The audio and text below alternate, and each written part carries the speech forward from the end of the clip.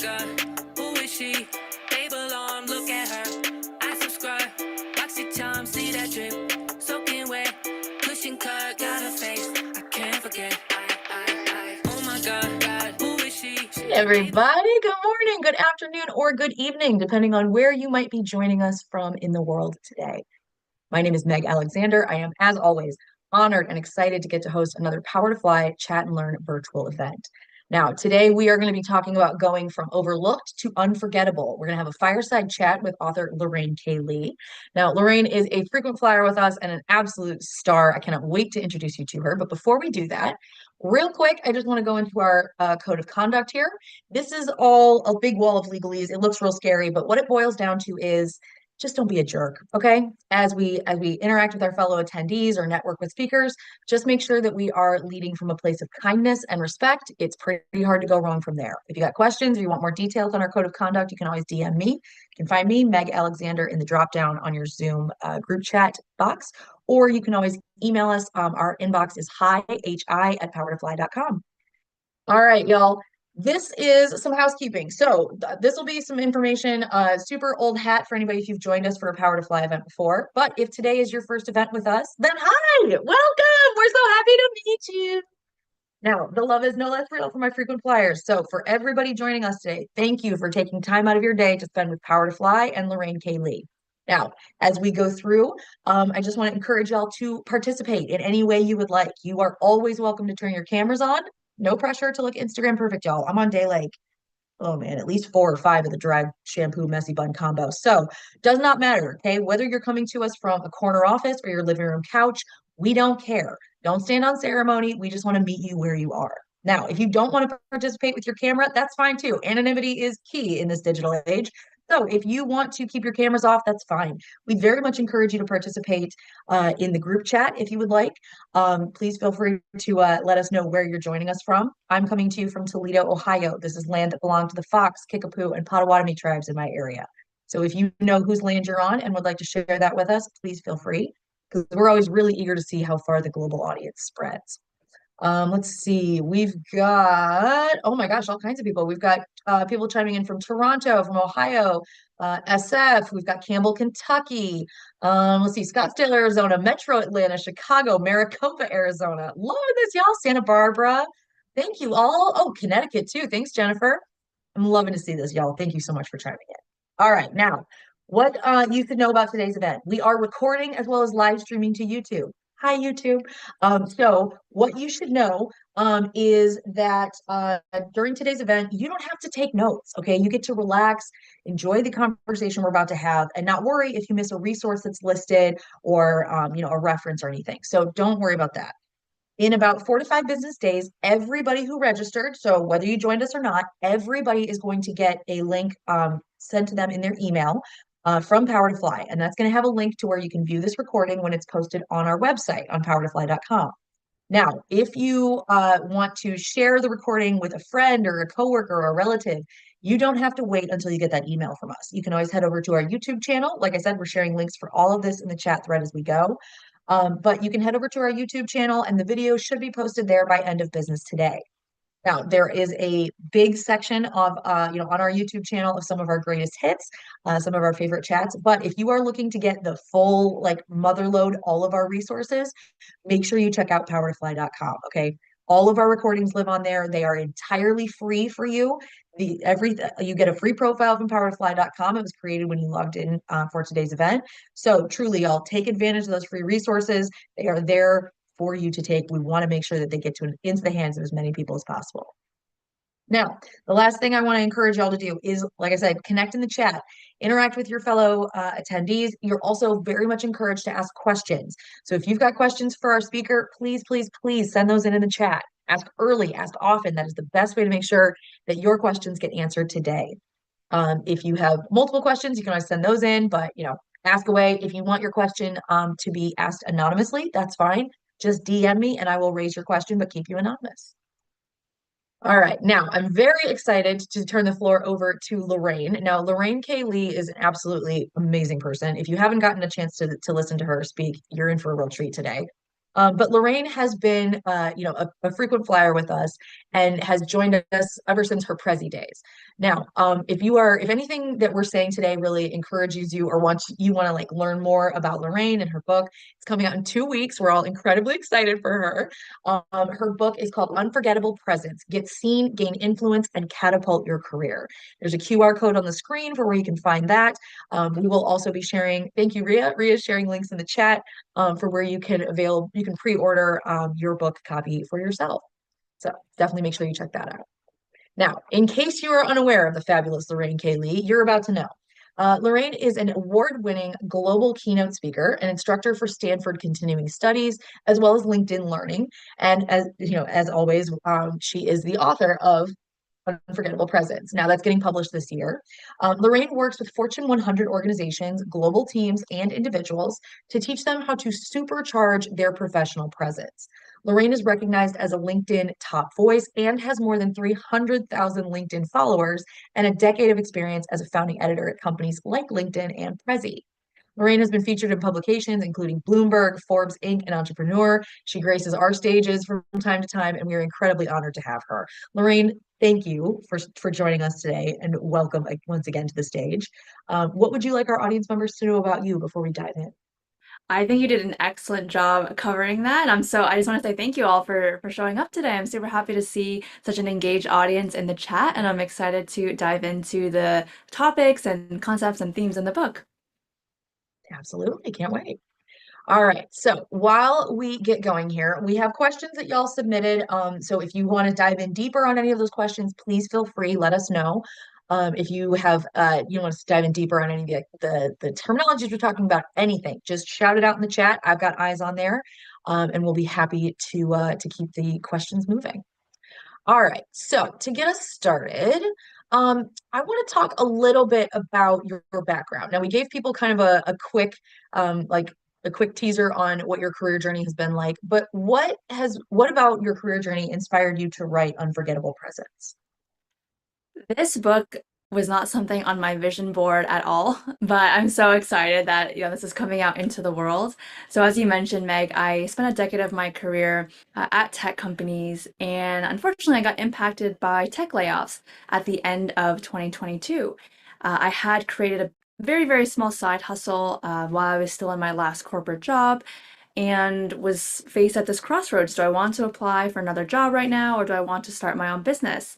And I decided to start my own business. And so I had become a LinkedIn learning instructor at my last job. And a past coworker, had reached out, and he sort of jokingly said, "Lorraine, like, congratulations on the LinkedIn learning course launch. When are you going to write the book, or when's the book coming out?" And that really first planted the seed that, oh, maybe this is something that I should think about. I'm already creating a lot of content, I'm speaking, it makes sense.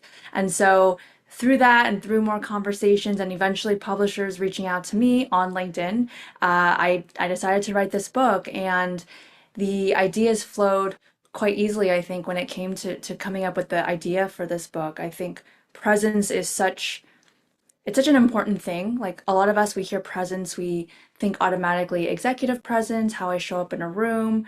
But over these past few years, especially, we have seen how much things have changed. And so we have our virtual and video presence now. People would say to me, "Oh, Lorraine, you have a really strong LinkedIn presence." And then I got to thinking, "Oh, that's interesting. You haven't even met me, but you have this impression of me already." And so that's sort of how the idea of the book came to be. And yeah, really excited. Like Meg said, 2 weeks away, and it's gonna go out into the world, which is very exciting. No, that's awesome. And I think you're right. And there are many different avenues that we have now in a way to kind of like convey that presence. Francois is chiming in saying that they connect presence with personal brand. I would also echo the same. Yeah, Um, I think like one of the best parts about, the word presence, or the way that at least I'm defining it in the book, is how and where you are seen. And that means that presence can encompass a lot of things. So executive presence is one piece of the puzzle. Like Francois said, personal brand, there's a chapter on personal brand, or as I call it in the book, career brand. So a lot of different elements that contribute to our presence. Hopefully that excites people and encourages people. And it's not like, oh my gosh, I have to be like this executive and get this like one thing right. But it's a lot of different things that add up. yeah, I like that idea. I like that it's more of like the multifaceted kind of angle. Hmm. Um, how did your experience as a founding LinkedIn editor shape your perspective on personal branding? Because I feel like personal branding is something that we've been hearing about for probably like 5 or 6 years, at least in my circles, in my spaces. But I'm curious to see how this might have shaped, how that developed as you grew in your career. I was such a fan of LinkedIn, like in the early days, even before content became a thing. And like you said, I was a founding editor there, so I was part of the team that brought content to the platform. But even before that, I feel like our LinkedIn was such a crucial part of our brand, even though at the time I didn't really think of it in that way. But it's become even more so over the years in that people really turn to LinkedIn to learn about you. Like that's the first place they go to before a website. There is this stat I always like to cite from this group called the RAIN group, and it is 82% of buyers will look up a seller on LinkedIn before replying to prospecting efforts. Now, we're not all, salespeople in this group, but 82%, like, they're going to basically go to your profile to see, like, who is this person? Are they worth responding to? Should I be taking the time? I think we've all had that similar experience where we will go to someone's LinkedIn profile, we get a message, and we're assessing their credibility and trying to understand who they are through their LinkedIn. And so I feel like definitely during my time at LinkedIn, of course, I realized how powerful it was, and even more so after I've left, because that's really when I started thinking about my personal brand and my career brand, not tied to a company specifically, because I was posting a lot about LinkedIn on LinkedIn while working at LinkedIn. But then afterwards, it was like, who am I outside of LinkedIn? Like, what do I want to talk about? What do I want to be known for? And so LinkedIn is just an amazing vehicle to help us reinforce any messages and also stay top of mind with people. No, I think that's a really good way to approach it, and definitely kind of highlights how, yes, there's all of these different areas that we kind of have to like create that presence and maintain it, but also it's that many different options so that if you're not really feeling the LinkedIn presence, maybe you can make more of a presence for yourself in the YouTube space or something. I think that's a really, yeah, Yeah. I like this. Okay. Let's see. A lot of the questions that we had, people feel very overwhelmed, and it's not a good feeling to feel overlooked, right? There's a lot of reasons people feel like this. Many people feel like they're kind of stuck despite their hard work. Are there any mindset shifts that could be necessary to help people go from feeling overlooked to feeling like they deserve to be unforgettable? Yeah, this is, I mean, basically like the premise of my book, where I start off the introduction sharing. I mentioned I worked at LinkedIn, and it was an amazing place to work, had amazing coworkers, worked on really big projects, worked super hard. But as hard as I tried, I could not figure out how to get from that sort of mid-level individual contributor to really be seen as a senior leader, a senior manager. And that was really hard for me because I was really ambitious. I'm still really ambitious. I wanted to keep growing in my career. And I couldn't figure out like what am I doing wrong? Like why isn't this working? And it wasn't until I left LinkedIn that I did a lot more self-reflection. I had that time to think. I talked to mentors, talked to peers, and realized, oh, I was doing a lot of things not the right way, not in the best way. So when you think about going from overlooked to unforgettable, you need to start doing things like learning how to advocate for yourself. And it's a skill, right? It's not something that we all should need to know off the top of our heads, but it's something we need to learn. I started thinking of myself as the CEO of my own career. So it's all up to me, right? Like if I want things to go a certain way, I have to be really proactive and take that initiative and make my goals known and talk to my manager regularly, have career conversations. Don't wait until annual review time to know what you're doing well, what you can improve on. You really want this to be an iterative, continuous process. And so mindset, I have a whole chapter on mindset. Like that's very important as well because we're not taught these skills often. Like we work really hard in school, we get into the workforce, we work hard, and that will get you advanced a little bit, but then you'll reach that ceiling where the hard work is not what's going to get you to that next step. And so I feel like that mindset shift, like you said, Meg, is so critical. Yeah, well, especially when you think about it in those terms, right? Because I feel like a lot of what, at least what I was told or what I was Mhm. taught growing up, was it was focused entirely on like the work and the effort you Yeah, put in, and then yeah, then everything else kind of comes from there. And you don't have to crow about what you're doing because you're doing the work well. And it's like, well, that's not really the world we live in anymore. And the people who aren't doing the work well are going to crow all about how they're getting their stuff done. So you yeah. might as well kind of add your voice to the choir. So yeah, I mean, I think that that is a really good way to look at it. A lot of people had questions about feeling overlooked, especially when they were trying to advocate for themselves in in terms of like a career pivot. So if they're trying to show a hiring manager that like, yes, I have the ability to do this, and they're trying to advocate for themselves in that scenario, what would you recommend people do?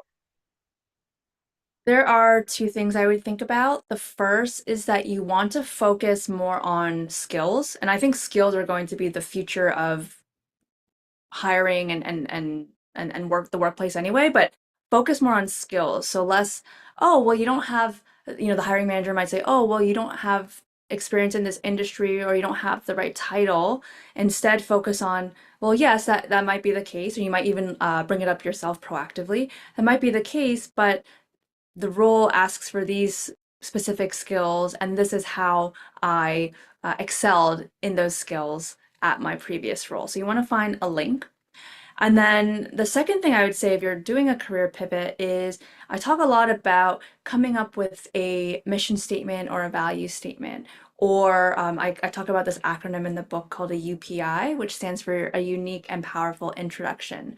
So, how are you going to introduce yourself and find a connection point beyond, hey, I'm Lorraine, and yes, I this was my role, and this is what I'm applying for now, but oh, I'm so passionate about creating really engaging content that educates business leaders. So something specific that's more of a mission or a goal with what you're doing versus again getting stuck in a role or title. So I think finding that powerful way to introduce yourself to also connect the dots across your career can be very helpful if you are, yeah, making that pivot, doing something different. There will always be some sort of connecting theme throughout. You just have to find it. Yeah, honestly, and like speaking as somebody whose career background makes zero sense, even with like the best 2020 vision and rose-colored glasses, it is wild. Like Yeah. the through line ended up becoming, I can be trained to do pretty much anything, and I will throw myself into it with the same amount of dedication, whether I desperately care about Windows services or I don't. So, but that's the thing is this is what we get from years of experience that you kind of can't fake your way through at some points in your life, right? A lot of us were career pivoters at one point. A lot of us, every single one of us was new at one point. Mhm. Um, so okay, so as they are trying to pitch and find these transferable skills, do we focus on soft skills or are you talking like hard skills as well? I think both. Yeah.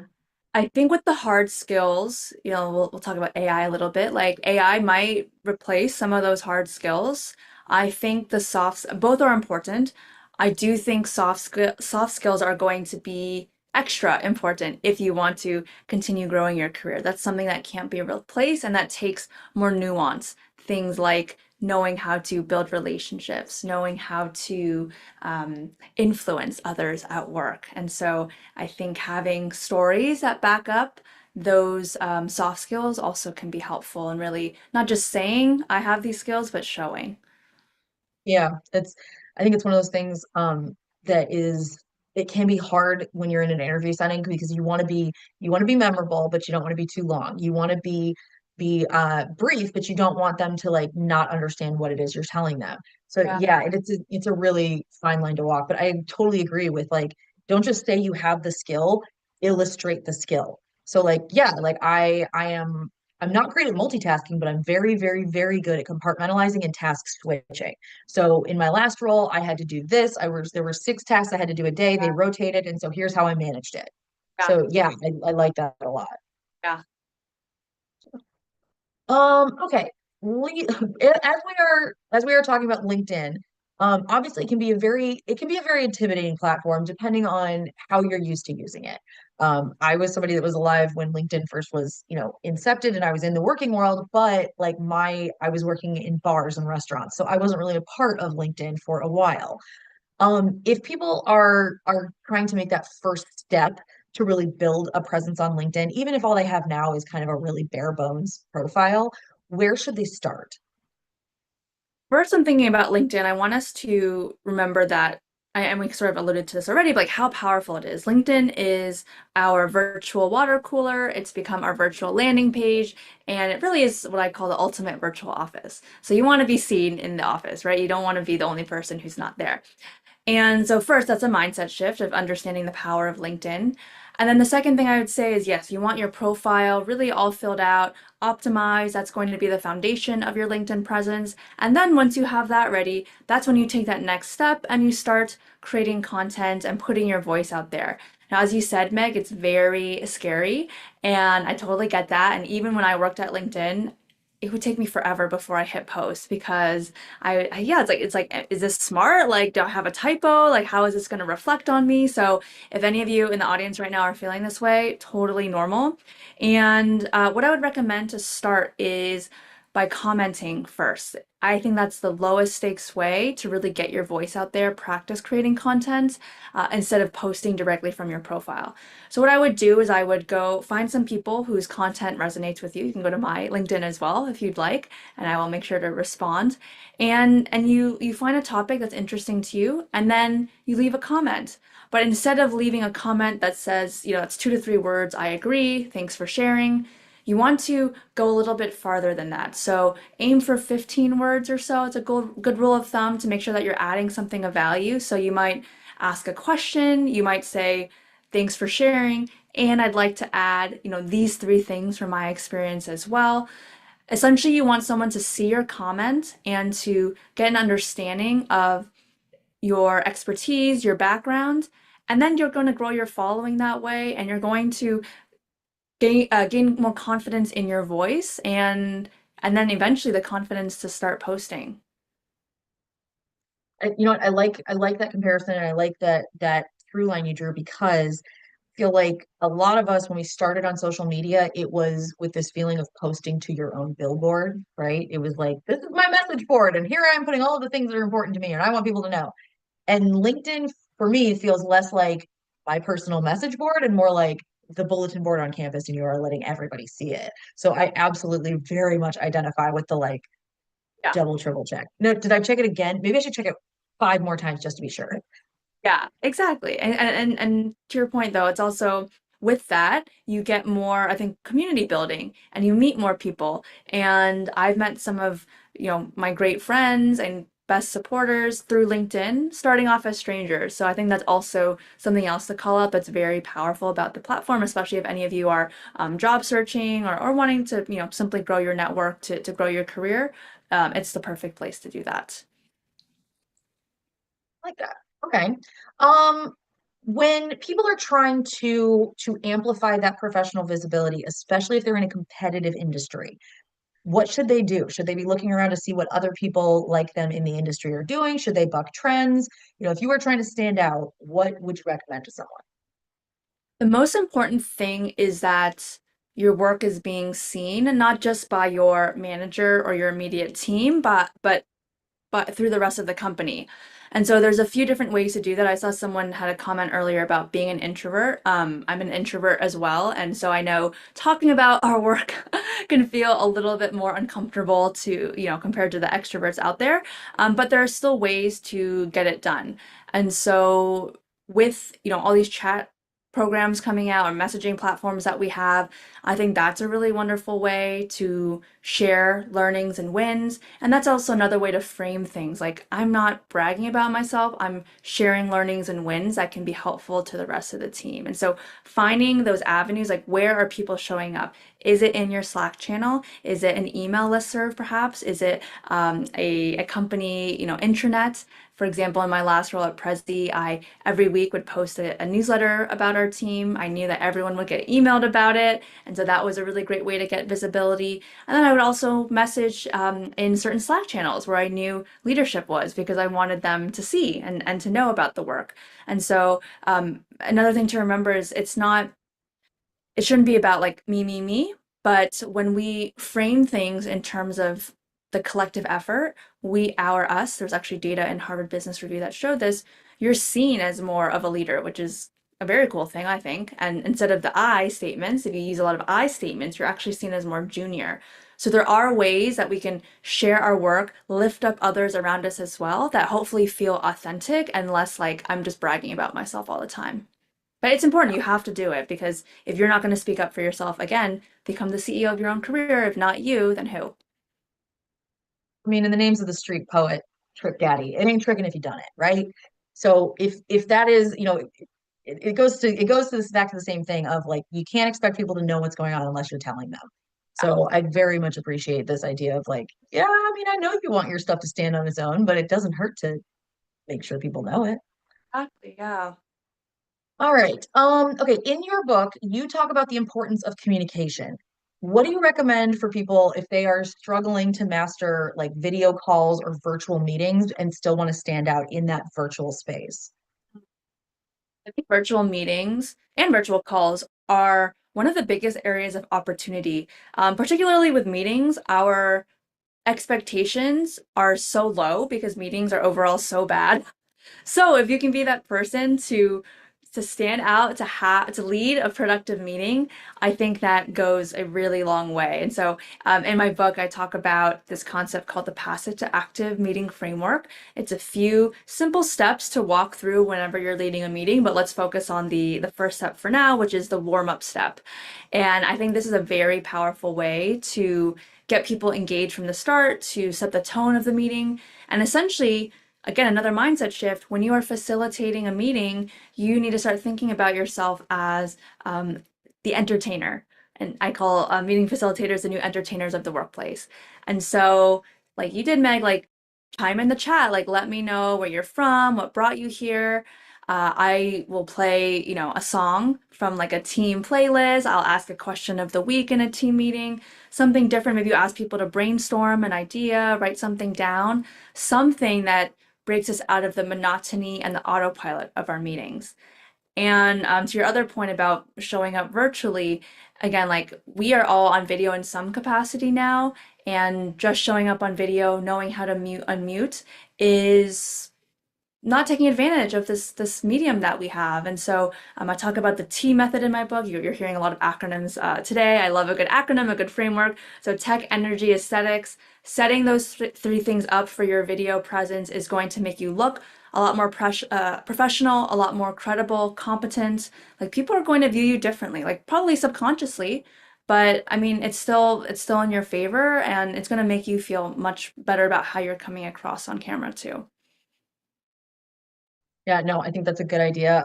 Also, as someone who is on camera and did not sign up for a job where I was going to be on camera, absolutely like go on, do a video call with like one of your friends or something, set a timer, talk for like 5 minutes, and then go back and rewatch the recording and watch what you do. If you have to watch it on mute, you're not alone. I can't stand the sound of my own voice. But if you have to watch it on mute, do it. But it'll show you like I talk with my hands constantly. So like I can't really be up here with like marker all over my hands. You know what I mean? So like it's small stuff, but it'll kind of help show you like things that might stand out to someone else that you don't really notice about yourself that can Yeah. be really helpful if you are trying to put yourself out there for like the first time or if you're uncomfortable in that. Isabel, it's a very long story where I asked if somebody needed a favor and then I ended up here. So, all right, last couple of questions. I want to make sure we make the most of today's event. Gregory had a question in the chat here that was really good. Um, if you're trying to stand out, what is one mistake that people do that people make when they're trying to do this? Like, what should we be careful of? I will build off of what you just said, Meg, earlier about showing your hands on camera, and it's a good thing. That's not the mistake. The mistake is when people are too, what's the word? Just like refrained on camera, and they put their hands just rested on their keyboard, on their mouse, which is natural because we're home, we're like kind of relaxed, right? But research has shown when you show your palms on camera, when you show your hands on camera, you appear warmer, more personable, more energetic, all these really great things. And there's been lots of research that shows that body language is actually the most important way to get our message across, to communicate, to seem more engaging. And so it's not natural at first, but keep your hands on camera. And again, we're talking about virtual video presence. Like you need to get the right framing in order to be able to get your hands on camera. Like if your head is like down here on the frame, right, you're gonna have to lift your hands like above your head to be seen. And so all again, like it's not hard to make all these adjustments. It just takes some intentionality and thoughtfulness to follow the steps, get it all set up, and then once you're good to go, it's gonna be great for any video call you have. Absolutely. And for those of us who do not talk with your hands, but you want to like start, start with putting something in your hand while you're talking, and it gives you something to do with your hands. This is what I do. I've got fidget toys for everything. So it gives you something to do with your hands while you're talking if you're a fidgeter, but it also is very helpful because then it's like, oh, I'm anchored in this, but actually, did you do blah, blah, blah, blah, blah, blah? And so it can kind of help you remember to use your hands Yeah. if you are the kind of person that like once they're not being used, they sort of don't exist right now. So Yeah. just a thought, yeah. Okay, I have taken up way more than enough of today's event.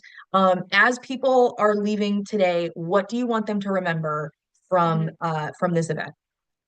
I want you all to remember that presence is something that all of us can have, an unforgettable presence. We can all have it. It's something that we build, that we grow over time. And the book is meant to be very practical, very tactical. You'll see all my content. Like it's always meant to like give you a takeaway, something you can act on.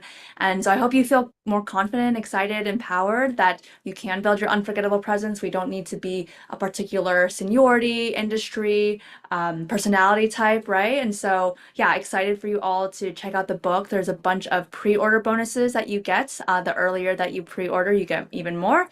And my goal is 600 pre-orders by April 22nd. So we're 2 weeks away. We're at 500 now. So thank you all for your support in advance. Really, we're so excited and cannot wait to see it. Can't wait to read it. Kashmita's asking if you get the recording. Yes, everybody who registered, so whether you joined us or not, everybody will get the recording. I've also got Lorraine's page up on the screen here. So if you are interested or you want to pre-order, check out the QR code that's right there. Let's see, will we get the recording? Yes, you can order the pre-order. Yes, blah, blah. I think we got everybody. Okay. So last thing for me, thank you, thank you, thank you, thank you to everybody who came out to see us today. Lorraine, thank you so much for spending your time with us and sharing your expertise. It is always a joy to get to work with you. So thank you very much. Of course, thank you for having me. Always a good time. Yeah. All right. To all of our frequent flyers, thank you so much for joining us today. Now, whether you are a little treat person or not, listen to Meg. Okay. Give yourself the little treat, the little cookie, gold star, pat on the back.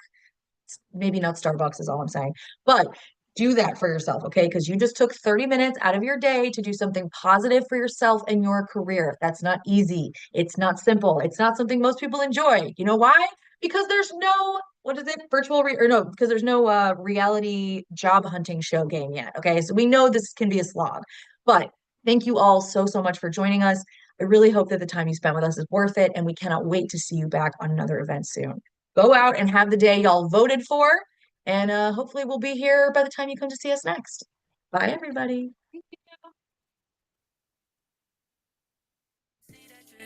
Soaking wet, cushion cut.